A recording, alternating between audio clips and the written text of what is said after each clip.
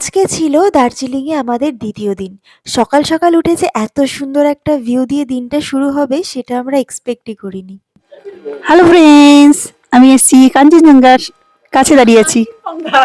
Kanchenjunga heavy সুন্দর। আমি একদম কাঞ্চনজঙ্ঘার পাশে দাঁড়িয়ে আছি।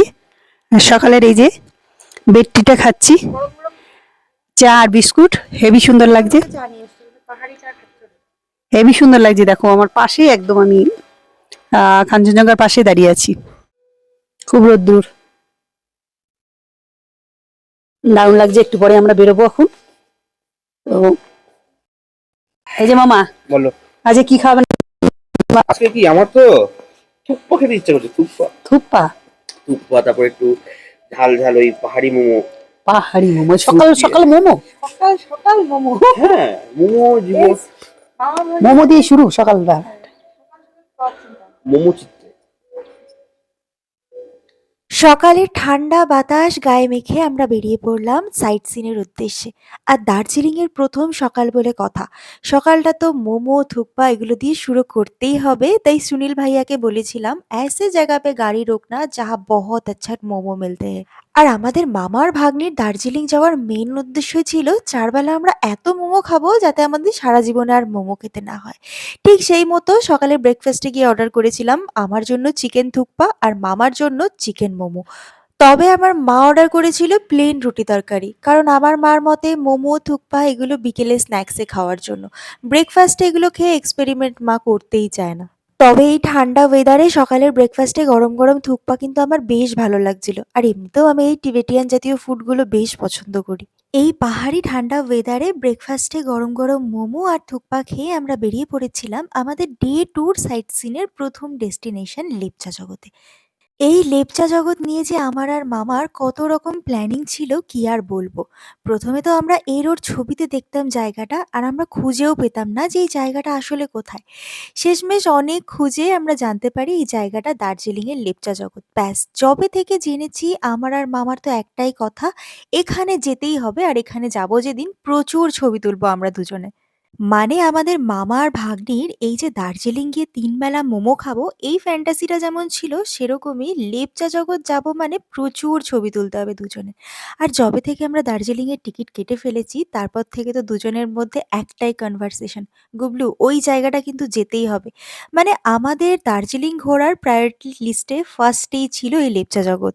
মানে এতদিন সবাইকে এই জায়গাটায় এত ছবি তুলতে দেখেছি যে আমরা দুজনে ঠিক করেই নিয়েছিলাম দার্জিলিং এ পা দিচ্ছি মানে আগে এই জায়গাটা আমাদের যেতেই হবে। আর এই জায়গাটায় যাব বলে শুধু যে মামার মাথা খারাপ করেছি তাই নয়, আমাদের হোমস্টের ওনার রাহুল আর আমাদের গাড়ির ড্রাইভার দাদা সুনীল ভাইয়ার মাথাটাও কিন্তু সমান হারে আমি খারাপ করে গেছি যে আগে আমরা যেদিন দার্জিলিং এ যাব ওই জায়গাটা যেতেই হবে। যদিও আমরা প্রথমে ভেবেছিলাম লেপচা জগতে আমরা একটা নাইট স্টে করব, পরে আমরা রাহুলের কথা শুনে প্ল্যানটাকে চেঞ্জ করি। লেপচা জগৎ ঘুরিয়ে সেদিন সুনীল ভাইয়া আমাদের নেক্সট নিয়ে আসে এই বুদ্ধিস্ট মনেস্ট্রিতে। আমি না কোথাও ঘুরতে গেলে এই ধরনের ধর্মীয় স্থানগুলোতে যেতে একদমই পছন্দ করি না, জেনারেলি আমি এড়িয়েই যেতাম। বাট সেদিন যখন সুনীল ভাইয়া আমাকে এই জায়গাটায় নিয়ে গেল, আই রিয়েলি ফিল দ্যাট যে আমার এই বুদ্ধ কমিউনিটির প্রতি একটা আলাদাই ভালো লাগা রয়েছে। হয়তো ভেতরে ভেতরে ভালো লাগাটা ছিল, বাট আজকে আমি সেটা একদম খুব ভালোভাবে ফিল করতে পারলাম। বেশ কিছুদিন ধরে আমি এটাও লক্ষ্য করেছি যে ইদানিং আমার বৌদ্ধিস্টদের যে কোনো জিনিসই খুব পছন্দের হয়ে উঠেছে। এমনকি আমার হঠাৎ মনে পড়লো যে আমার বাড়িতে এতগুলো বুদ্ধের মূর্তি রয়েছে, আর বেশিরভাগই কিন্তু আমাকে হোস্টেলে জুনিয়ররা যে কোনো বার্থডে বা অকেশনে গিফট করতো। মানে যত দিন যাচ্ছে আর এই বুদ্ধিস্ট কমিউনিটির মধ্যে যে একটা পিস ব্যাপার রয়েছে সেটা আমি একদম ভেতর থেকে ফিল করতে পারছি। সকাল থেকে মনের মতো জায়গাগুলো ঘুরে দিনটা ভালোই কাটছিল যতক্ষণ না পর্যন্ত দুপুরে এসে একটা জঘন্য লাঞ্চ করলাম।